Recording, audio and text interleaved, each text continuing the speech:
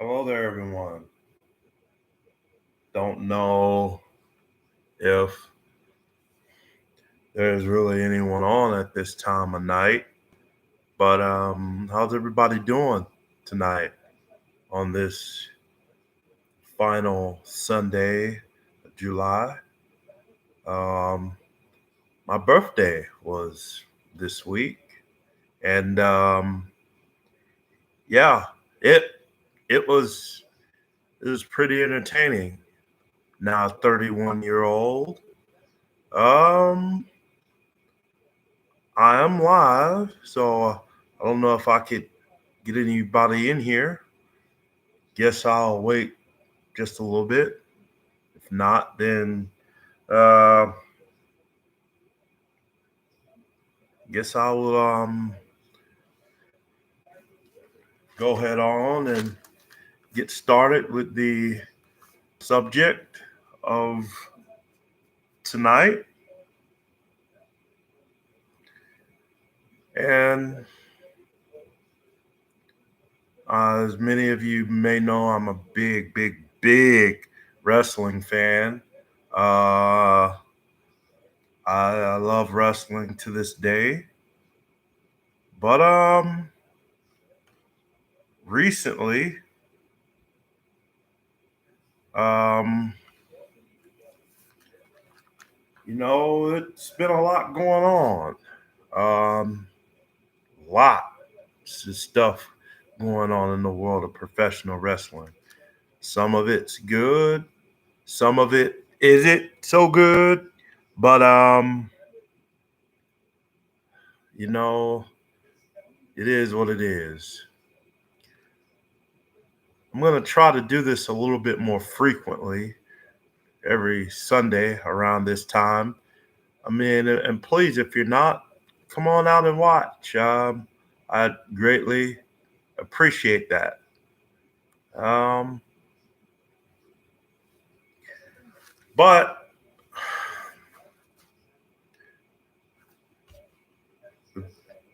the subject of the evening I want to talk to you guys and girls about is why Bill Goldberg's return to WWE is bad. Why is it bad? I'll say that again. Why Bill Goldberg's return to WWE is bad.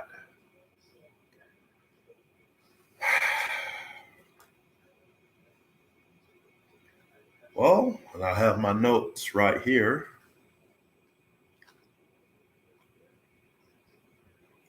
Well,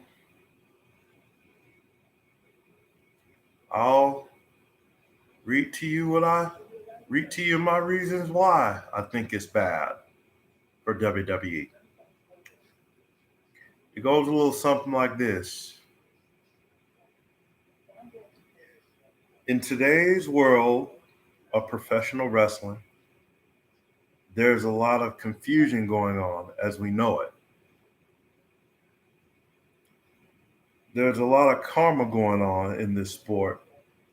Whenever you lose the love of your life to another man, it leaves you broken down and beaten up. Like for example, when I see Monday Night Raw, I see the makings of a dying product.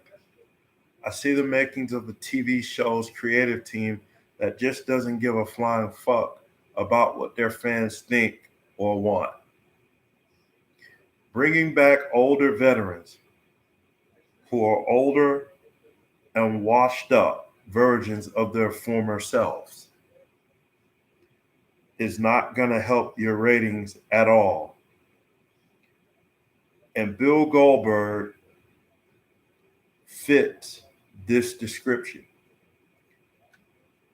Today, I will be talking about why Bill Goldberg's return to WWE is bad, but how it also affects the rating, but how it also affects the ratings for Monday Night Raw. So let's do it. And I actually have more reasons than just the ratings, so I'm gonna continue here. The first big problem is the ratings. The ratings aspect of this. Nobody wants to see a 54-year-old Bill Goldberg. Nobody wants to see a watered down, injury prone, beaten down version of Goldberg. And the ratings prove that a little bit. According to Brandon Thurston of WrestleNomics, the episode drew an average of 1.93 million viewers. And I'm just going off of, what I see in last week's episode, which week before this one would just happen to be the final episode of the Thunderdome. But according to Brandon Thurston of WrestleNomics, the episode drew an average of 1.93 million viewers on the USA Network, which is up from the 1.609 million viewers last week. The 18 to 49 demo saw the average rating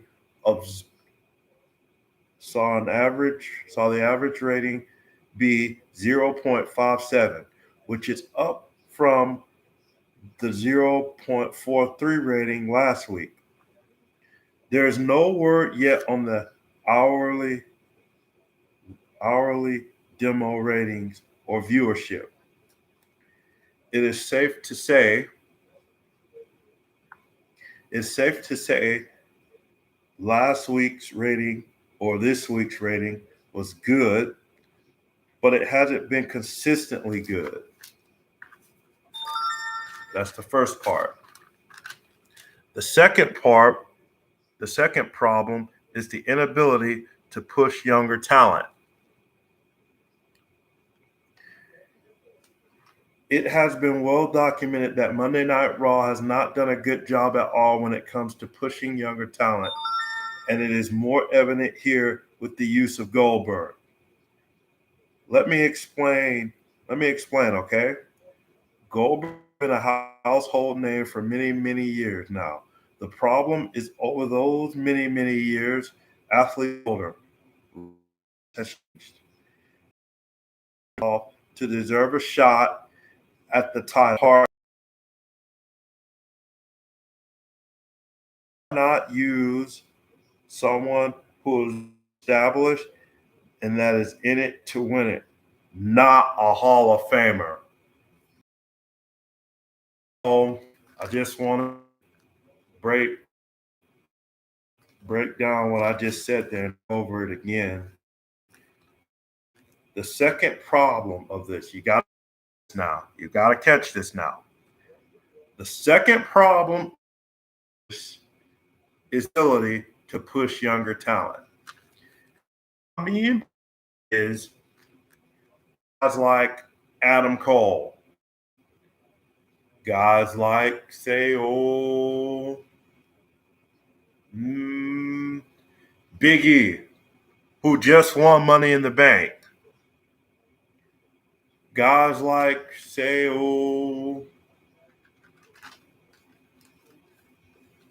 Keith Lee, who just recently came back after a brief, long hiatus. Don't know why, but he just came back. Here's another one. Guys like, say,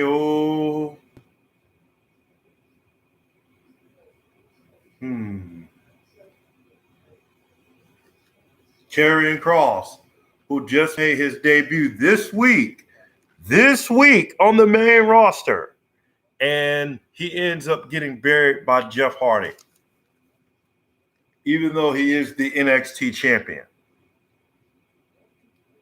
Guys like that who are more younger and more talented and is not injury prone, that has worked their ass off to get to this point, Basically, they're not getting the push that they so deserve. Instead, they're getting buried. Now, if I'm Vince McMahon, I'm shitting on myself right now. I really am shitting on myself right now. And I ought to be ashamed, just ashamed, as to why I would ever want to do my own talent like that. Why?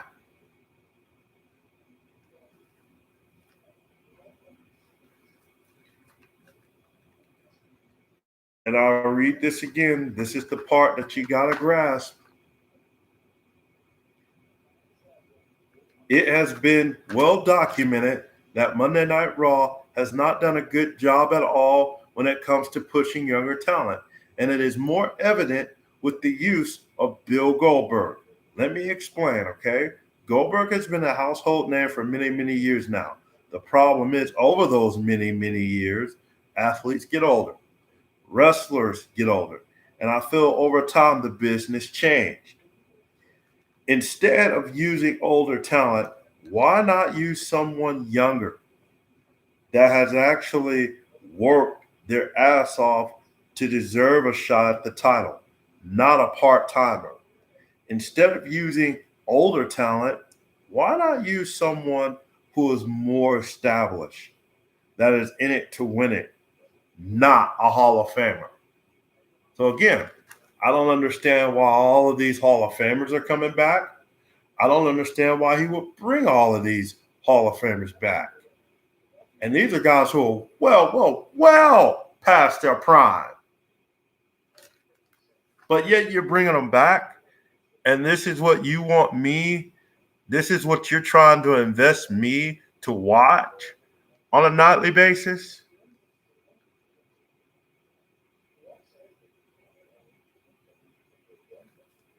Wow.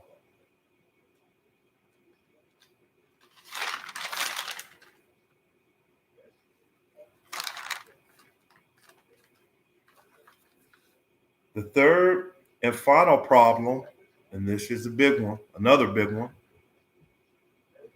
The third and final problem with this is the fans. The fans have a say in the Goldberg return story.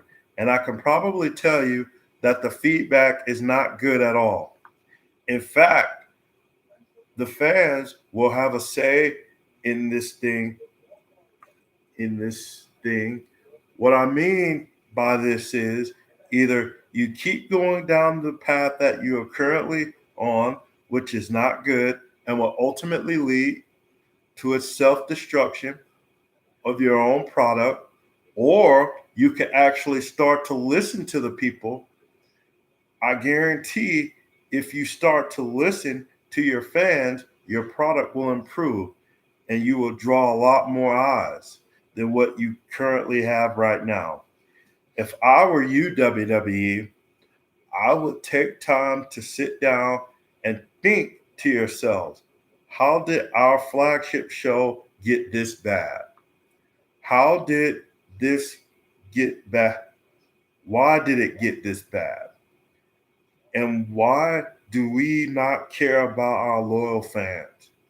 It is your job to keep us entertained and drawn into your product, not blown off by it. At the end of the day, it all comes down to this. The way you put out talent, especially young talent, is going to determine how much longer us, the fans, will put up with your crap. The fans, I mean, the fans, I mean. Well, I believe this is all the time I have for you today. I hope to do this again soon. Until next time, God bless. Again, I want to talk about this third and final part, and then I'm going to go back over, the first part, and then I'll wrap up.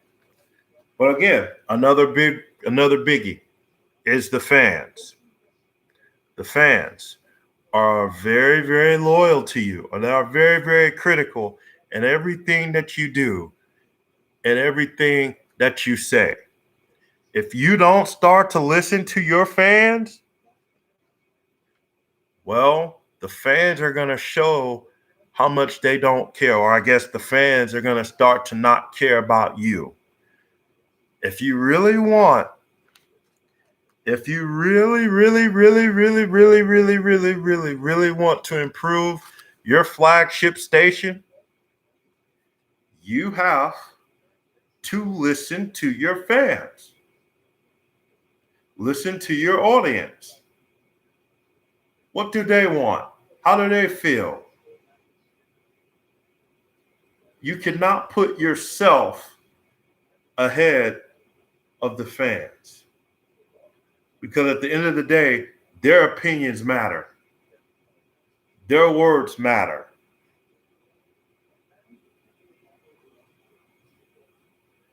And if you don't matter, and if you start to not care about the fans are going to start to not care about you.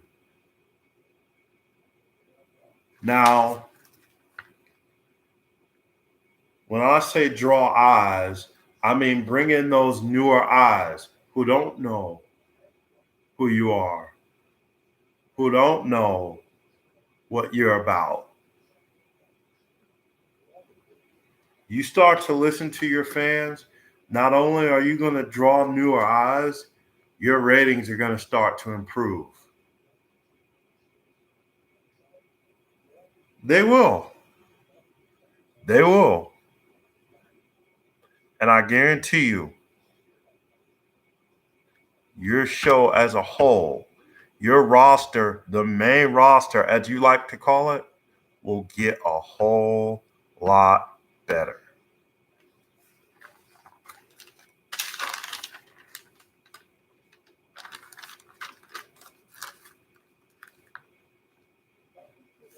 Back to these ratings, and then I'm going to wrap it up here.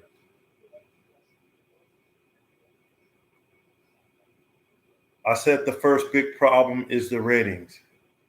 The ratings, man, the 9.23 million from this past week, it was good. It was really good. But it hasn't been consistently good, and I think we all know why. You don't have to, it doesn't take a rocket scientist or a genius to figure out why.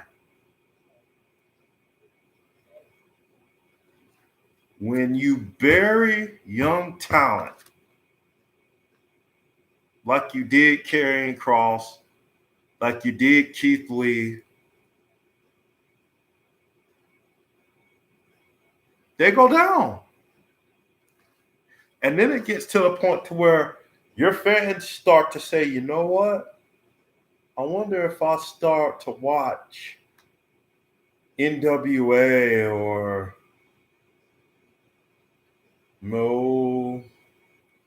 AEW or SmackDown.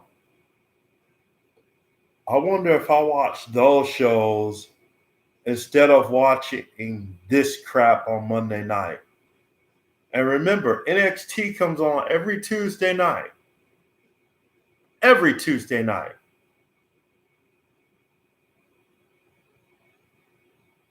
Every Tuesday night. And their ratings are drawing more eyes, and they are way, way, way higher than Monday Night Raw. And don't forget SmackDown on Friday nights. Ever since crowds came back, their ratings have skyrocketed. But yours haven't. Why? And I think a big part of this is the creative. I mean, the same old cluster fucking shit we get every night on Monday night. The choice is yours, WWE. Do you want to start to listen to your fans? Do you want to start pushing younger talent, or do you want to keep going down the road you're currently on, which is not good? The choice is yours. And Triple H should be heartbroken at what he's seeing on the main roster. It comes a point in time where if I'm Triple H, you got to stand up and say enough's enough. Why are we doing this to our younger talent? Why? Why? Why?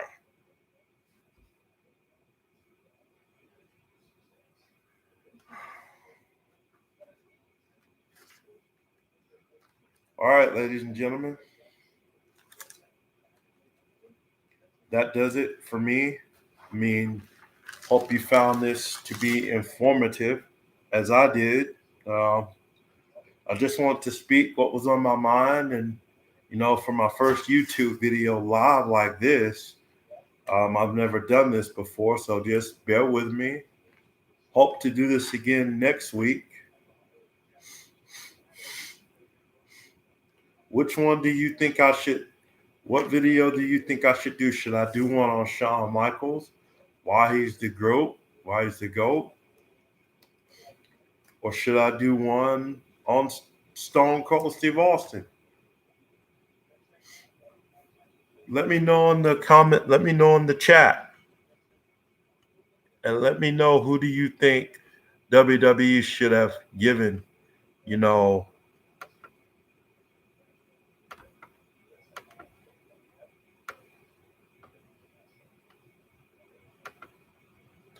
WWE should have Bobby Lashley face at SummerSlam? Should it be Lesnar? Should it be Adam Cole? Should it be Karrion Kross? Or should it be Triple H? Let me know in the polls below. And until next time, guys, take care and God bless.